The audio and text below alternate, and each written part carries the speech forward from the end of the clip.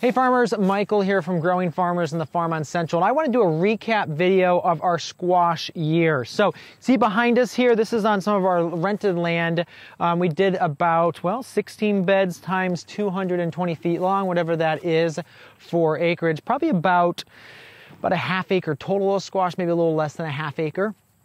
And it did reasonably well. We had some challenges in the spring with germination. Last year it germinated very well from direct seeding, so we tried to do that again, and we got maybe like 0.25% germinated. So it was just not sure if it was too dry or something happened. We had irrigation on it, just didn't work out well. So what that meant is that we ended up planting super late because we had to come back in with transplants, which did great. They established really quickly, but it did take a while. So we didn't actually get the plants into the ground until July. And this was all while we were moving as well. So selling our house in Germantown, we had to move into a temporary house and then end up getting our new place. So we didn't have a lot of time. So there was some times that things got a little bit away from us in this field, but it came out pretty well. So you can see here, relatively weed-free. We put down two different types of weed fabric. So first we used the regular ground cover. So this is your regular ground cover you can see here, and you can see how underneath of it, pretty much clean, really super clean. This right here is the weed mat. So this is a different product, and yeah, you can see this. It's a lot thinner. It's so it's more easy to tear. It's a lot cheaper, and it lets the water through better. So where this tends to run off before water will go through, it will run off more. This tends to go straight down through. So that's the two things. We also did some bare ground. Let me show you that. And what we did is we came in with an organic herbicide, and we then just sprayed it once. So down here, you can see this is where the organic herbicide was used, here and there. Now the weeds did come back, but you can see not thick and not a lot. So we hit it once when it was about this tall. It really took 90% of it back, and then some other weeds came up. But you can see it, so it did manage it. Didn't do, 100%, didn't clear the whole field. Now, we do plant on plastic, so you can see this is laid with a plastic mulch layer. And the reason for that, there's a lot of reasons. Obviously, weed control is great. But the other thing is that the plastic protects your fertility. So, sometimes you have to come in mid-season and, do a second shot of nitrogen or something. With this plastic, because it's holding all that rain, it's shedding the rain on either side. A little bit goes down through the holes. It's protecting all that nutrients. And so the squash plants, we hit them with humic acid once later in the summer. But other than that, we had, it was a good year. And we had pretty good yields. We had about 8,000, almost 9,000 pounds of squash from this section.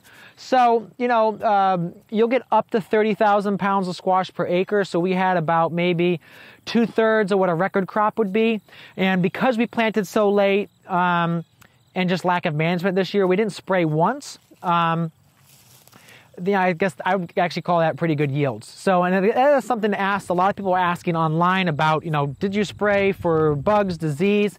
When we transplanted the plants in, we came in and sprayed Surround. So Surround is a clay, that's a kaolin clay product. It's super fine ground. And what you do is spray the whole plastic, and it whitens the plastic and whitens the plant. And so it basically means that any insects have to eat through the clay first to get to the plant, and it also, that clay tends to damage their bodies, so they tend to just kind of try to ignore it.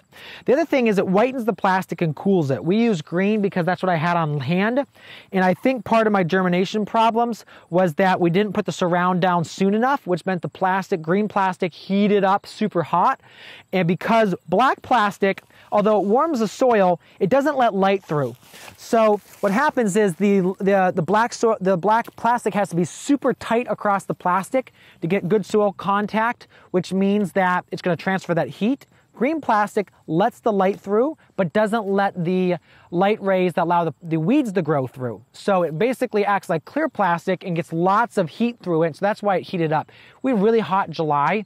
Most days were in the 90s, and so I think that's what cooked those seeds and could have caused part of the problem. So I wouldn't use green plastic again, especially where we are in Ohio. We don't need that heat.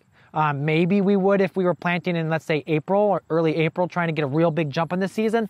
But for winter squash, where we are, we don't have to plant super early. It's actually better to plant late because that allows us to go ahead and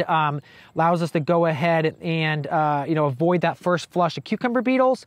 And also means the crop comes in later in the year, which means we don't tie up storage for 4 to 8 weeks in late summer and fall.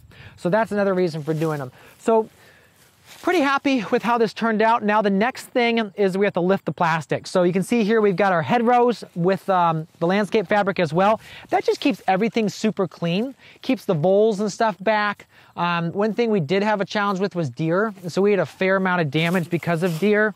Trying to see if I can see some deer damage. This is probably deer damage there. Here's definitely deer damage. You can see how they've just been slicing through that. Deer damage there. We did pick up most of the deer damage, probably around 500 pounds total of deer damage because this isn't fenced. And so, yeah, I'd like to avoid that. We aren't going to be renting this next year, so what's going to happen is we'll come in as soon as we can, lift the plastic. We have to wait for the soil moisture to rise enough to be able to lift the plastic, and then we'll just, pull all this up.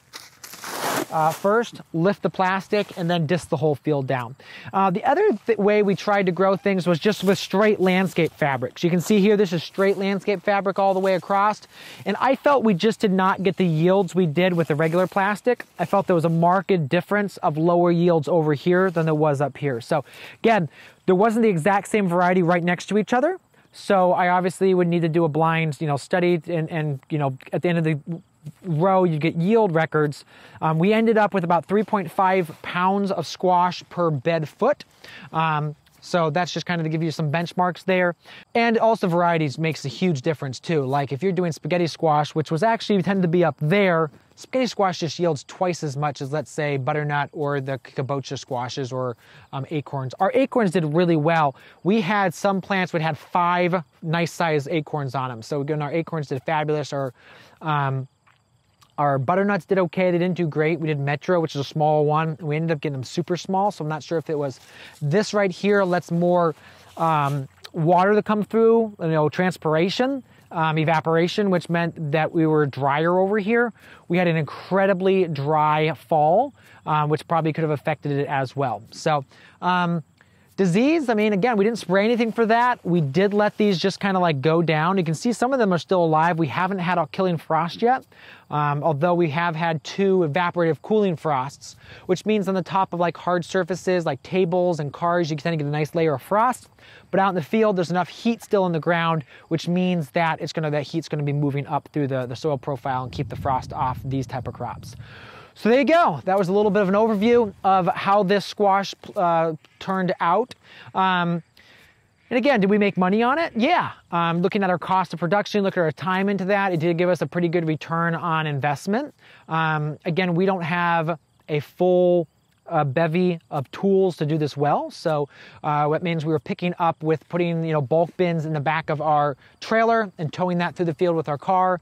So again, we don't have a lot of overhead, but it makes it a lot more challenging to do things. So we'll include some of those pictures in here so you can kind of see what that looks like.